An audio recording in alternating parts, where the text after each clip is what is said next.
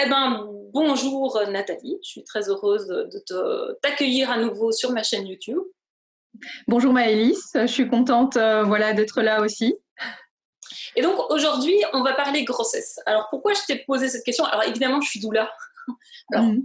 évidemment, il y a ces questions-là, mais aussi que, donc d'une part, il y a beaucoup ces questions qui reviennent quand j'accompagne des mamans, des Mhm. angoisses au niveau du poids, des questionnements au niveau de retrouver son corps d'avant, etc. Mhm. Et il y a aussi, et même après, hein, tiens, pendant l'allaitement, etc. Et puis, il y a aussi une pression finalement sociale qui est assez forte au niveau du poids autour de la grossesse. C'est même une des premières choses qu'on fait souvent quand on va chez un médecin, chez un gynéco, chez une sage-femme, c'est hop, sur la balance, avec l'angoisse de «Ah mon Dieu, j'ai pris plus qu'autant, ah, madame, vous devez faire attention», etc. Et donc, je m'étais dit que ce serait intéressant, avec ton approche qui est assez différente, d'avoir Mhm. justement ton point de vue sur la question de ce poids durant la grossesse. Alors effectivement, c'est vraiment quelque chose qui est assez récurrent, donc que je retrouve en consultation, soit après la grossesse ou même pendant la grossesse, c'est cette peur de prendre trop de poids et de ne pas arriver à le perdre. Et en même temps, oui, il y a aussi cette pression qui est là parce que prendre trop de poids, ça peut être dangereux pour soi et pour son bébé. Donc, il y a vraiment une attention à porter au poids pendant la grossesse. Après, la question qu'on peut se poser, c'est quel est le poids qu'on peut prendre pendant une grossesse, en fait. C'est déjà la première chose à se dire, c'est quel est le poids que je devrais prendre. Euh, alors pour ça, il y a des repères qui existent. Généralement, ces repères, ils sont là en fonction du poids avant grossesse. Mhm. Donc, si on a un poids, on va dire, dans les normes, on recommande une prise de poids de 11 à 16 kilos. Et s'il y a un surpoids ou une obésité avant la grossesse, là, on va essayer de modérer la prise de poids entre 9 à 12 kilos. Ok. Euh, Après, généralement, on recommande voilà, pendant le premier trimestre d'avoir une prise de poids d'environ 2 kilos et généralement, on parle de 2 kilos par mois pendant le troisième trimestre. Donc là, c'est en fait des repères de prise de poids conseillés. Euh, Comment faire justement pour rester en fait dans ces repères? Euh, Moi, mon conseil par rapport à ça, c'est simplement d'écouter ses sensations alimentaires. Ok. Donc, Ça reste en fait valable même pendant cette période. exactement. Donc, en fait, les sensations alimentaires, c'est vraiment une application qui aide vraiment à manger quand on a besoin de calories et s'arrêter quand on a besoin de calories, quand on n'en a plus besoin. Et en fait, c'est vrai que les besoins augmentent au cours de la grossesse et cette application, elle va vraiment aider à manger le juste nombre de calories dont on a besoin. Donc, manger quand on a faim, surtout ne pas se priver et s'autoriser à manger ce qui nous fait envie. Et ça permet, si on mange dans de bonnes conditions, donc à table, sans activité, en savourant bien, de percevoir le rassasiement et de manger juste ce dont on a besoin pour prendre le bon poids, enfin le poids dont on a besoin pour la grossesse. Et moi, quand je suis voilà, des femmes lors des grossesses, je remarque qu'en travaillant sur les sensations alimentaires, Mhm. naturellement, la prise de poids correspond aux repères que j'ai proposés précédemment, dont j'ai parlé précédemment. Donc, si je Voilà, donc ça, t'entends bien, quand on a, par exemple, ces craintes, on ouais, peut du coup, ou qu'on voit la balance qui commence un peu à s'affoler, on peut se ouais. faire accompagner et cet accompagnement, du coup, peut permettre de rester dans quelque chose de confortable médicalement et pour soi aussi. Exactement. Voilà, c'est vrai que ça fait quelques années qu'on a fait attention à son poids ou qu'on a beaucoup d'inquiétudes, on peut avoir tendance à se mettre au régime et ça, c'est vraiment pas la bonne idée. Donc ça, c'est vrai qu'un accompagnement, si on se sent perdu par rapport à l'écoute de ses sensations alimentaires, ça peut être utile. Mhm. Ok. Ça, c'est vraiment le premier conseil que je donne. Après, oui, la balance. Donc, Mhm. le deuxième conseil, c'est vraiment ça, c'est d'éviter de trop se peser et de garder le fait de monter sur la balance uniquement, on va dire, chez le médecin, parce que elle va stresser. Monter trop souvent sur la balance, en fait, c'est assez stressant et du coup, ça pousse vraiment à se remettre dans les restrictions. Et quand on est en restriction, clairement, on n'est pas à l'écoute de ses sensations alimentaires. On a vraiment le risque de compenser et de trop manger alors à ce moment-là. Mhm. Oui, donc ce que tu dis, si je comprends bien, c'est que les personnes qui auraient tendance à faire des régimes peuvent en gros lâcher la pression parce qu'elles sont enceintes et là, à ce moment-là, ça peut être entre guillemets dangereux d'un point de vue estime Voilà, de soi, aussi, balance. ok, oui, c'est vrai qu'il y a aussi cette idée que pendant la grossesse, on peut manger tout ce qu'on veut. Mhm. Voilà, et que on peut, et là aussi, si on se conforme, si on se on reste dans cette idée-là, ben, on n'est pas non plus dans l'écoute de ses sensations alimentaires. Mhm. Voilà, donc ça, c'est vrai qu'il y a cette idée-là. Et donc, ma deuxième question, c'est comment être sûr que, parce que ça, c'est une inquiétude qui vient souvent, surtout par Mhm. exemple si on a du mal à manger dans la période des nausées, c'est comment être sûr que le bébé il reçoit bien tout ce qu'il lui faut. Ok. Alors, les nausées, ben, c'est voilà, elles sont normales et elles sont vraiment présentes normalement pendant le premier trimestre de la grossesse. Mhm. Généralement, elles disparaissent après.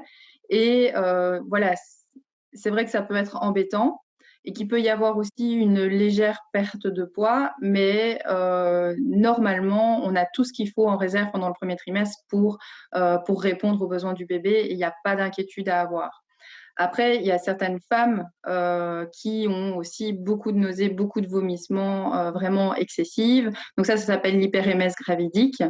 Et là, bon, bah, surtout si ça dure au-delà du premier trimestre, bah, il y a peut-être il y a une inquiétude peut-être qui peut se mettre en place. Et là, il faut en parler avec son médecin.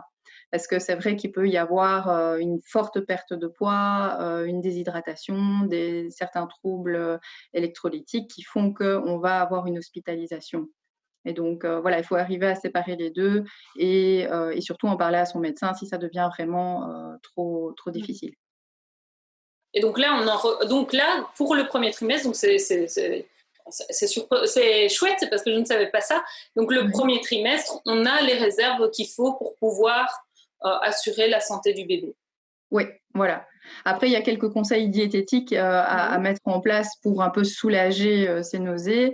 Les premiers conseils, bah, c'est de vraiment fractionner son alimentation. Donc, Mhm. par exemple, pour le petit déjeuner, au lieu de prendre un seul petit déjeuner et d'attendre jusque midi, on va essayer de le diviser en deux et en prendre le matin et en matinée. Pareil, si on prend un dessert à midi, d'essayer de le mettre plutôt à 16 heures pour ne pas avoir l'estomac trop longtemps vide. Il y a aussi certaines odeurs qui vont être un petit peu dérangeantes, les odeurs fortes qu'on va vraiment essayer de mettre de côté. Et par rapport au réveil, donc les nausées sont parfois aussi souvent le matin. Donc par rapport au réveil, on peut, avant de se lever, prendre un biscuit sec ou une cracotte et faire une pause et se lever le plus doucement possible afin de soulager les nausées. Mais c'est plutôt une bonne nouvelle en fait d'avoir des nausées. Oui, ça veut dire que la conduite suit son cours. Et pour du coup les mamans, parce que donc personnellement moi mes nausées n'étaient pas comme ça, donc j'avais des nausées en Mhm. continu et même si j'utilisais tous les trucs, et finalement il y a quand même pas mal de mamans qui ont des nausées qui sortent du schéma classique. Mhm. Mais du coup pour celles-là, si c'est dans la mesure j'ai envie de dire du premier trimestre et dans des mesures confortables, à ce moment-là, en tout cas pour le bébé, il n'y a pas de souci. C'est plutôt essayer de voir comment elles peuvent travailler sur leur confort. Oui, voilà, Ok. exactement. Alors du coup, une question qui est assez, enfin, tendance, j'ai envie de dire, on en a beaucoup parlé surtout ces dernières années, c'est une certaine tendance au régime pendant la grossesse, dont on a déjà parlé un peu, et on a même parlé des momirexie ou je sais plus quoi, le fait d'être vraiment dans la restriction alimentaire pendant la grossesse Mhm. pour avoir le moins de ventre possible, pour prendre le moins de poids possible. C'est une bonne idée, une mauvaise idée, qu'est-ce que tu en penses? Alors, oui, je ne pense pas que ce soit vraiment une bonne idée, notamment parce que lorsqu'on fait un régime lors d'une grossesse, en fait, généralement, il est déséquilibré et donc là, du coup, on ne va pas apporter tous les nutriments nécessaires au développement du bébé. Donc Mhm. voilà, c'est la première chose à se dire, c'est que la plupart des régimes sont vraiment déséquilibrés et parfois n'apportent même pas assez de calories pour justement avoir une prise de poids optimale. Après, voilà, ce que je pense, moi des régimes, c'est vraiment que c'est quelque chose qui va nous faire grossir sur le long terme. parce que quand il y a une perte de poids ou en tout cas quand on a fait un régime même pendant une grossesse, il y a un effet rebond. Il y a toujours un moment où on finit par manger plus que nécessaire et par prendre plus de poids par la suite. Après, ce qu'il faut aussi se demander, c'est qu'est-ce qu'un régime? Oui. Voilà. Donc, il y a les régimes qui sont vraiment bien identifiés et qui sont clairement déséquilibrés, les régimes hyperprotéinés, hypoglucidiques ou même hypocaloriques. Après, il y a aussi l'alimentation équilibrée ou le rééquilibrage alimentaire qui peut être aussi associé à un régime. Donc, pour savoir si notre rééquilibrage alimentaire est un régime, il faut se demander pourquoi on le fait. Si on le fait pour apporter tout ce qu'il faut, si on mange équilibré pour apporter tout ce qu'il faut à son bébé, là, c'est pas un régime. Si on mange équilibré pour contrôler son poids, alors là, c'est vraiment vécu comme un régime et les processus sous-jacents sont là. C'est-à-dire que on va suivre les règles d'alimentation équilibrée de manière stricte et du coup, on va ressentir de la culpabilité si, par exemple, on ne mange pas de légumes et lorsqu'on aura envie de chocolat, eh ben, on va essayer de l'éviter parce qu'on va penser que ça fait grossir et du coup, quand on va le manger, ben, on va culpabiliser.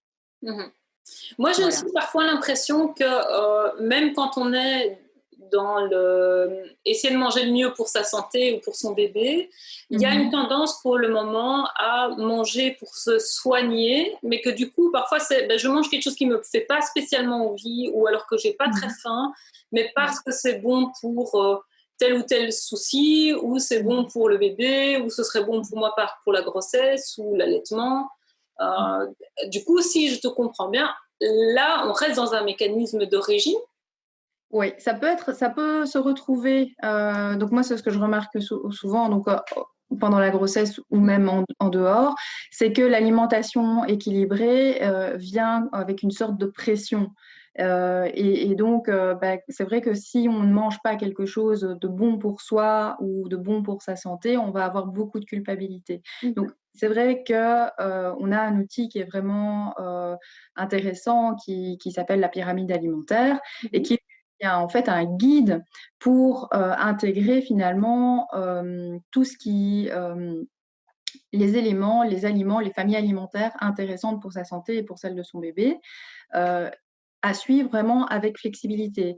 C'est-à-dire que ces aliments-là, donc de la pyramide alimentaire, s'ils ne sont pas présents en quantité suffisante, si on ne mange pas assez de fruits, pas assez de légumes, clairement, il y a un impact négatif sur sa santé et celle de son bébé. Donc, c'est plutôt un guide à mettre en place tout en suivant ses sensations alimentaires. C'est-à-dire que oui, manger des légumes, mais manger des légumes quand on a faim et ceux qui nous font le plus envie pour avoir du plaisir à manger. Et souvent, le sommet de la pyramide, en fait, est considéré comme des aliments à éviter à tout prix au minimum, alors qu'en fait, ils sont juste au sommet, simplement parce qu'en fait, si on les enlevait, il n'y aurait pas d'impact négatif sur la santé. Si on ne mange pas de chips, si on ne mange pas de chocolat, si on ne mange pas de frites, il n'y a pas de problème de santé. D'accord. Sauf la Voilà. dépression sans chocolat, enfin. Exactement. Voilà. À part ça, il n'y a vraiment pas de risque pour sa santé à ne pas manger de chocolat. Donc, finalement, on essaye d'intégrer les aliments les plus équilibrés, enfin d'avoir une alimentation la plus équilibrée possible. Et puis, si on constate qu'on a envie de quelque chose comme du chocolat ou comme des chips, mais simplement, on répond à son besoin de chips ou de chocolat. Une fois qu'on a répondu à son envie, on repart sur sa structure globale d'alimentation équilibrée. Et là, c'est vécu beaucoup plus positivement, sans frustration, sans culpabilité, et c'est quelque chose qui va être beaucoup plus durable que de manger, d'avoir ce dictat de manger sain. Et donc, du coup, que tout ce qui n'est pas sain devrait être évité. Donc, à nouveau, c'est là, comme en temps normal, c'est l'invitation à une alimentation en pleine conscience. Oui, varié, équilibré et sans privation. Ok. Voilà. Oui, quand je t'entends, j'ai vraiment le sentiment en fait que la grossesse n'a rien de différent de manière générale, et si on reste dans une grossesse normale, physiologique, qui n'est pas un risque, on reste en fait finalement dans la continuité d'une alimentation comme tu en parlais dans la précédente vidéo. Voilà. Et c'est aussi un moment où justement on peut faire en fait ce travail d'améliorer la qualité de son alimentation. Après, lors de la grossesse, il y a aussi certaines choses à avoir à l'esprit. C'est qu'il y a certains éléments qui sont à éviter, notamment l'alcool, éviter de boire un petit peu moins, modérer sa consommation de caféine. Il y a certains poissons qui sont à mettre de côté. Il y a les produits à base de soja qui sont aussi à limiter. Donc, au cours de la grossesse, parce que ce sont des aliments qui peuvent impacter le développement du bébé. Il y a aussi, à part ça, en fait, certaines maladies comme la toxoplasmose et la listériose qui peuvent se développer pendant la grossesse et qui, chez la population générale, ne posent pas de problème, mais qui, si ça se développe lors d'une grossesse, ça peut impacter aussi, ça peut être dangereux pour le bébé. Donc, on va mettre en place voilà, des mesures d'hygiène lors de la préparation des aliments pour éviter les contaminations, bien nettoyer son frigo aussi. Il y a aussi on va bien cuire ses viandes, ses poissons et les œufs. Donc vraiment pendant la période de la grossesse où il y a on va éviter voilà, de manger de l'américain, de prendre un tiramisu avec des œufs crus ou voilà, si on aime bien les sushis, ce sera à mettre de côté uniquement pendant cette période. Il y a quand même pas mal de mamans qui me partagent ça, c'est que justement, c'est pendant la grossesse qu'elles ont une envie folle de sushi, qu'elles ont une envie folle de poisson. Et ça arrive assez régulièrement, ou d'une salade fraîche du jardin, d'un bon fromage. Et tout ça, on leur dit, ben non. Et certaines vivent très difficilement ça. Et donc, comment rester dans je suis mes envies, mais en même temps, mes envies, je ne peux pas les écouter. Alors, effectivement, quand on n'est pas immunisé contre la toxoplasmose, on va aussi devoir éviter certains légumes qui sont vraiment comment dire, à même la terre, où on va devoir vraiment beaucoup les nettoyer, les éplucher lorsque c'est possible pour pouvoir les consommer. Donc, les crudités sont permises, mais avec des règles d'hygiène vraiment importantes. Et en privilégiant les légumes qui s'épluchent comme ça, on évite tout souci. Pour les fromages, alors là, c'est ce qu'on évite, c'est vraiment de prendre des fromages au lait cru. Voilà. Comment ? Les meilleurs. Oui, mais il y a en fait de très très bons fromages. Donc j'ai discuté justement avec un fromager et en fait il y a de très très bons fromages qui sont pasteurisés. Voilà, donc il n'y a pas que les fromages au lait cru qui sont excellents. Donc renseignez-vous. Enfin, c'est vraiment quelque chose d'important, c'est qu'il y a de très bons fromages qui sont pasteurisés. Okay. Alors maintenant, donc on a parlé de la grossesse. Maintenant, passons un peu dans l'autre côté de la barrière, c'est-à-dire le postpartum. Et du coup, c'est une inquiétude très régulière, hein, comment retrouver son poids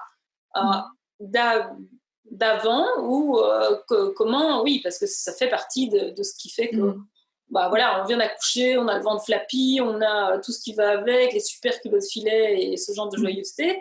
Et en plus, ces kilos en trop, donc comment se dire non, ça va, ils vont partir. Comment les faire partir? Est-ce que ça part? Est-ce qu'il y a un avant-après? Voilà. La première chose à faire, je pense, c'est se donner du temps. Ne pas vouloir aller trop vite, donc se dire qu'on a 1 an pour retourner éventuellement à son poids d'avant grossesse. Alors j'ai l'impression de donner la même réponse, hein, mais le fait d'écouter ses sensations alimentaires, ça va nous aider, ça va aider à perdre les kilos que notre corps est prêt à perdre. Donc là, quand on mange en fonction de ses sensations alimentaires, en fait notre corps va se diriger vers le poids naturel, donc ou le poids aussi appelé poids d'équilibre, et c'est en fait le poids qu'on est déterminé à faire d'un point de vue génétique.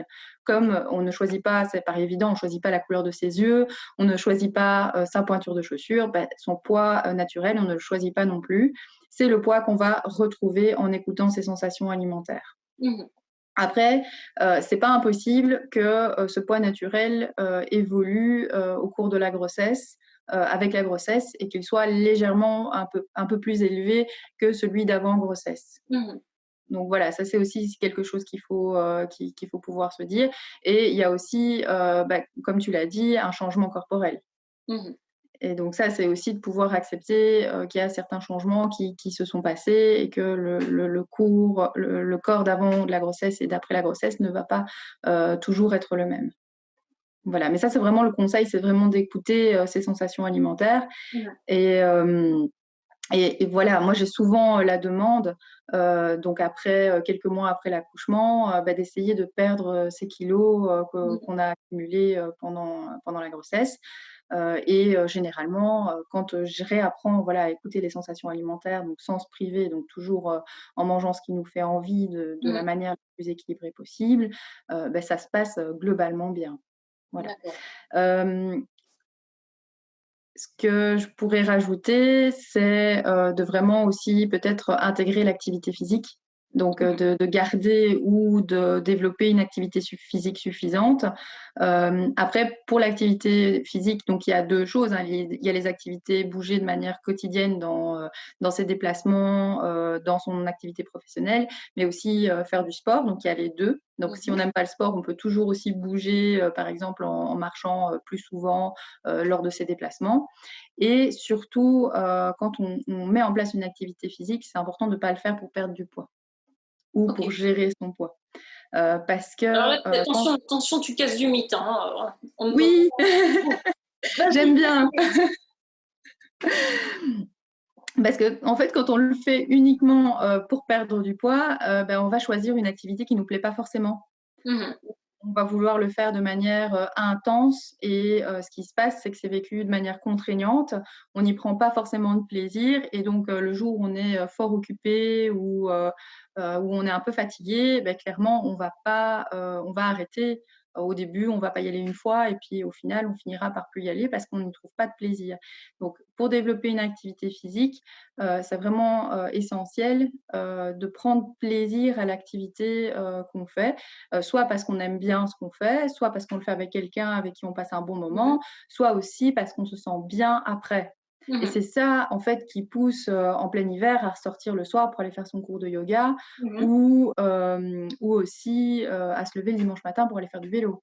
Mmh. C'est la notion de plaisir. Et du coup, l'activité physique, là, s'intègre de manière durable. Ça permet de lutter contre la sédentarité, et une des conséquences positives, c'est que ça permet de contrôler le poids. Voilà, c'est une conséquence positive de l'activité physique, Mmh. évidemment.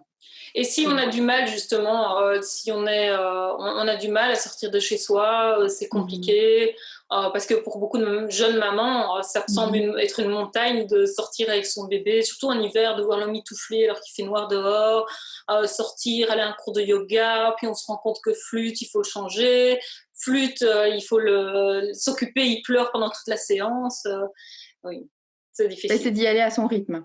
Oui. Mmh. Voilà, c'est de vraiment, pas se mettre la pression, et d'y aller à son rythme, dans la mesure du possible. Mmh. Et on peut, voilà, aussi bouger un petit peu plus à la maison, parce Mmh. que tout ce qui est, par exemple, ménage, même si c'est pas fun, c'est une activité physique à part entière. Mmh. Jouer avec ses enfants, c'est Mmh. une activité physique. Donc voilà, chercher tous les moyens, en fait, de pas être assise et de pas être allongée. OK. Voilà. Tout ce qui fait qu'on bouge un petit peu plus tous les jours, aide Mmh. à avoir une activité physique adaptée, et contribue à une saine gestion du poids. Mmh. En n'oubliant pas que les 40 premiers jours, nous, on recommande justement de rester le plus Oui, possible allongé pour les relever. voilà, Et c'est exactement. progressivement amené à se. Mmh. Oui, en fait, continuer à être à l'écoute, c'est ce que j'entends beaucoup. Hein, c'est Mmh. vraiment le fil rouge d'être à l'écoute de soi, de ses sensations, de ses besoins, de ce Mmh. dont on a besoin, et après, veiller à avoir un environnement qui favorise ça petit à petit. Voilà, exactement, et surtout ne pas se mettre au régime. Désolée de le dire. Non, non, non, non. C'est vraiment important d'avoir ce message-là parce que c'est vraiment quelque chose qu'on voit énormément, même des vidéos, des applications sur comment retrouver votre corps. Il y avait aussi une campagne à un moment je crois que c'était une Instagrammeuse ou une YouTubeuse qui avait fait quelle est votre excuse? Elle avait 3 enfants dans les bras, je crois, et elle avec un corps hyper dessiné, et c'était mais quelle est votre excuse? Et ça avait été très décrié parce que hyper culpabilisant pour. Oui, Oui. ouais, Et ça, c'est quelque chose effectivement. que tu rencontres beaucoup, la culpabilité dans ton cabinet? Tous les jours. Tous les jours, en fait, je travaille essentiellement sur ça, la culpabilité qu'on a à ne pas arriver justement à se priver, la culpabilité qu'on a quand on mange des frites ou du chocolat, Mmh. et aussi quand finalement on a envie de faire du sport, mais qu'on n'y arrive pas. Ça, c'est vraiment quelque chose avec lequel je vis oui, tout le temps. C'est Mmh. quelque chose de très présent. Et quand on travaille justement sur les sensations alimentaires, c'est un poids qui se perd, mais qui ne se voit pas sur la balance. C'est le poids des frustrations, le poids des Mmh. préoccupations alimentaires, le poids de la culpabilité, en fait, qu'on enlève. Et Mmh. ça, j'entends souvent que c'est assez positif, même si la balance ne va pas aussi vite qu'on aimerait, ou que peut-être qu'il n'y a pas forcément un retour total vers le poids avant grossesse. Il y a au moins ce bien-être dans l'alimentation, le fait de pouvoir aller chez des amis sans se prendre la tête, le fait de pouvoir aller au resto et de savoir qu'il n'y a pas de souci pour son poids, toutes ces choses-là, c'est super positif. Et là, je vois, c'est amusant parce que c'est une des choses qui faisait que j'avais envie de t'avoir en interview, c'est à quel point je vois les liens entre mon approche et ton approche et vraiment Mmh. la complémentarité. Parce que dans mes accompagnements, que ce soit en tant que doula ou en tant que coach parental, il y a aussi un énorme travail au niveau de la culpabilité. Et c'est par exemple quelque chose qu'on voit comme défaut dans la parentalité positive. Il y a des gens qui disent que c'est culpabilisant. Et je vois ça un peu aussi comme parallèle avec la diététique, on voit ça comme culpabilisant, alors que justement, nous, on fait un travail qui vise à déculpabiliser parce que c'est un obstacle Mmh. à un mieux-être et à un bien-être, tout simplement. Effectivement. Et d'ailleurs, j'ai aussi, voilà, chez les jeunes mamans, cette pression qui est là, notamment quand j'explique, les sensations alimentaires, le fait que, voilà, c'est important de s'écouter, mais c'est que, il y a les enfants dont on doit s'occuper, et c'est aussi, comment arriver à Oui. s'écouter soi, à prendre soin de soi, via son alimentation, sans se sentir, enfin, sans avoir l'impression de laisser tomber ses enfants. Mhm. Voilà, moi, c'est quelque chose que j'essaye de dire, de trouver un petit équilibre par rapport à ça, essayer de vous écouter et en même temps, voilà, aussi prendre soin de vos enfants en même temps. Donc ça, c'est aussi quelque chose qui n'est pas toujours évident, chez les jeunes mamans, je trouve. Même chez les plus jeunes, c'est clairement un obstacle que moi aussi je rencontre, mais que j'envisage d'autant plus avec le postpartum où déjà notre corps est un peu en vrac, totalement en train de se remettre, enfin Mmh. de se remettre, de trouver un équilibre. Et en plus, on doit s'occuper d'un bébé, potentiellement d'autres enfants, potentiellement le stress du conjoint et Mmh. tous les stress qu'on peut avoir. Et en même temps, arriver à se concentrer sur soi-même et ses sensations sans se mettre un je dois. Donc, dans le travers où moi j'avais été, qui était je dois m'écouter. Et ça devient un je dois, ça devient aussi de la culpabilité de je ne suis pas arrivée à m'écouter, ah là là, jamais je ne vais m'en sortir. C'est Mmh. vraiment des spirales qui peuvent ne pas être évidentes, d'autant plus quand on est jeune maman. Et donc, comment tu accompagnes des mamans qui commencent à être dans le je dois m'écouter et je n'y arrive pas, et en même temps, j'ai mes enfants, je dois les écouter. C'est lourd. Rien que le dire, je sens un poids sur les épaules. Voilà, oui, c'est pas appétitif du tout. Non, hein. Plutôt alors, transformer le «je dois» en «j'aimerais». Oui. Voilà, déjà. Cibler un petit peu, les situations qui sont, les plus, difficiles pour elle, et travailler déjà, peut-être sur les moments où c'est plus facile. Commencer, peut-être il y a peut-être un moment où elles ont un repas où elles sont toutes seules ou avec leur compagnon. Peut-être travailler sur ces repas-là, travailler aussi quand il y a la reprise du travail, peut-être aussi sur les repas au travail qui sont parfois vécus un petit peu plus facilement et surtout sans se mettre la pression à son rythme. Donc des petits exercices bien précis sur un moment de la journée jusqu'à ce que ça devienne naturel. Mhm. Donc, voilà. Et puis, on a le droit de se tromper. Oui, et du coup, ce que j'entends aussi là-dedans, c'est l'invitation à, quelque part, dans ton travail, il y a effectivement, ça semble très facile, c'est simplement écoutez-vous. Et en même temps, il y a un travail individuel, presque là, j'ai l'impression de la dentelle, en fonction de la personne qui vient, d'écouter elle, ses difficultés à elle, à quel moment, et après trouver des trucs avec elle qui vont, elle, lui permettre dans son contexte, dans sa vie, pas dans un contexte de vous devez, madame, Oui. de trouver ce qui va marcher pour elle.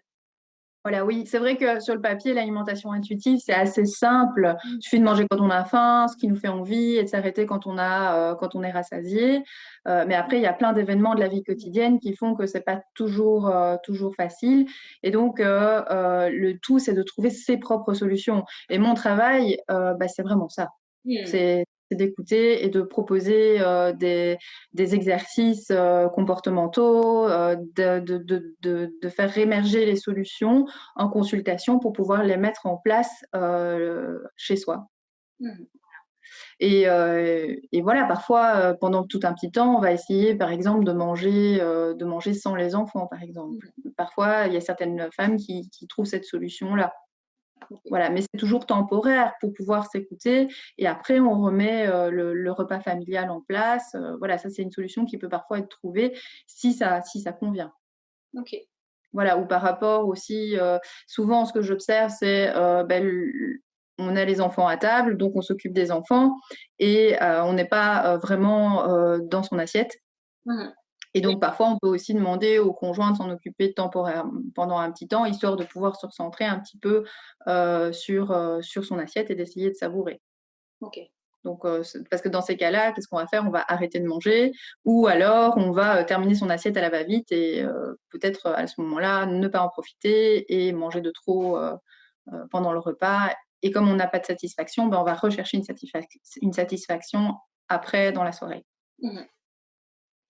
Et du coup, maintenant, par rapport à l'allaitement, parce que il y a des mamans qui du coup vont être dans les inquiétudes. Donc, il y a une partie des réponses du coup que je vois, hein, c'est Mhm. écoutez-vous et voyez ce qui vous fait envie et que comme ça, en gros, ça va se faire un peu toute seule. Mais il y a quand Mhm. même des spécificités.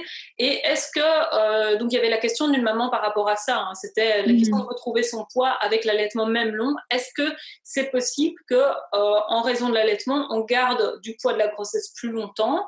Ou au contraire, ou comment gérer son poids avec la question de l'allaitement.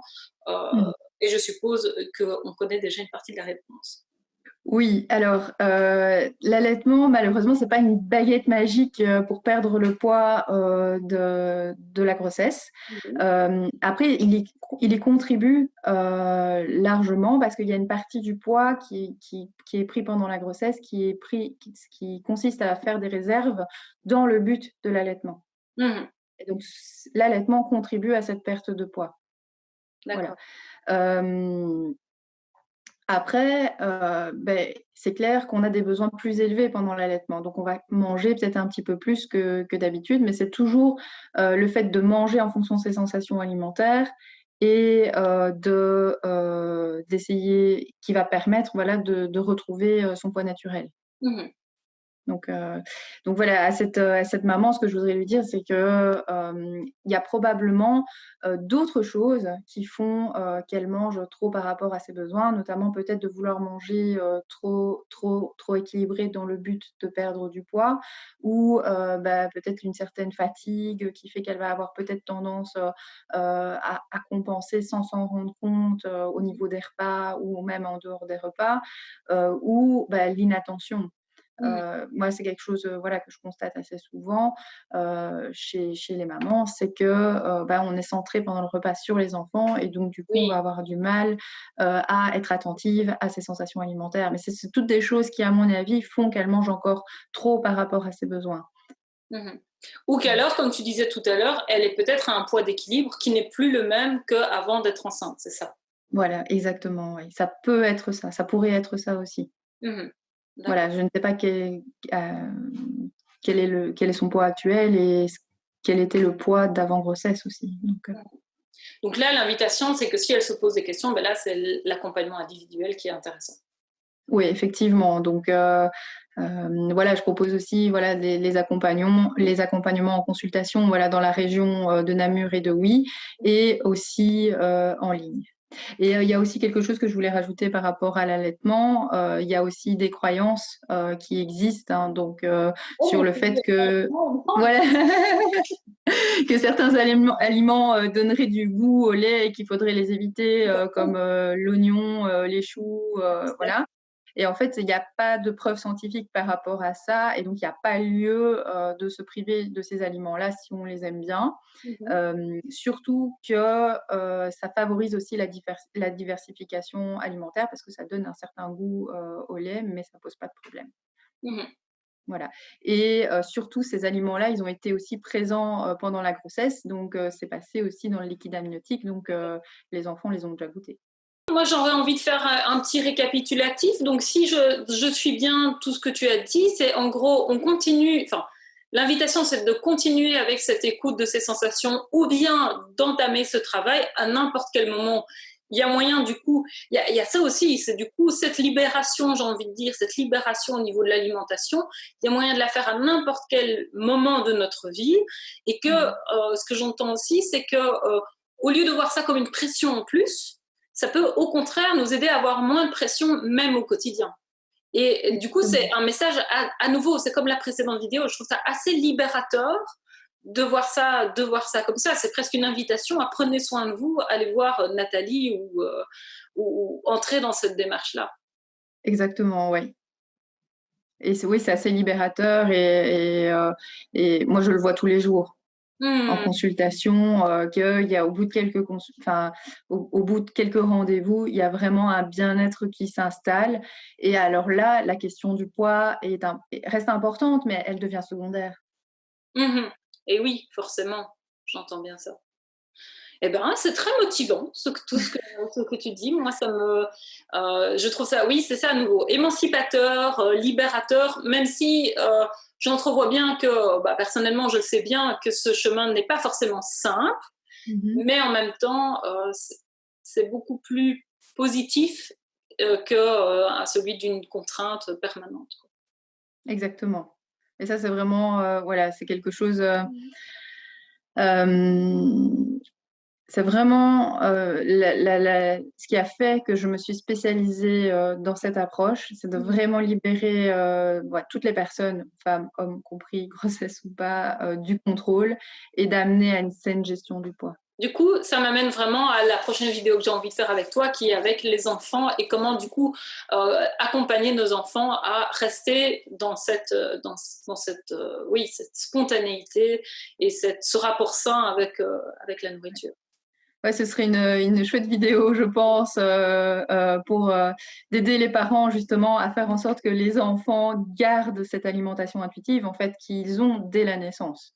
Ils savent très bien manger, savoir adapter leurs apports à leurs besoins, et c'est vrai que garder ça, c'est super positif. Du coup, là, j'ai envie d'appeler les personnes qui regardent cette vidéo. N'hésitez pas à commenter la vidéo, à nous dire si cette prochaine vidéo vous intéresserait, si vous avez des questions spécifiques par rapport à du coup l'alimentation de vos enfants et vos craintes, vos envies, vos angoisses, vos envies. Merci à toi, Nathalie. Est-ce que tu as envie de rajouter un petit mot de la fin? J'ai passé un super moment. Merci pour l'invitation et je serais ravie de revenir pour une prochaine vidéo. Génial, merci.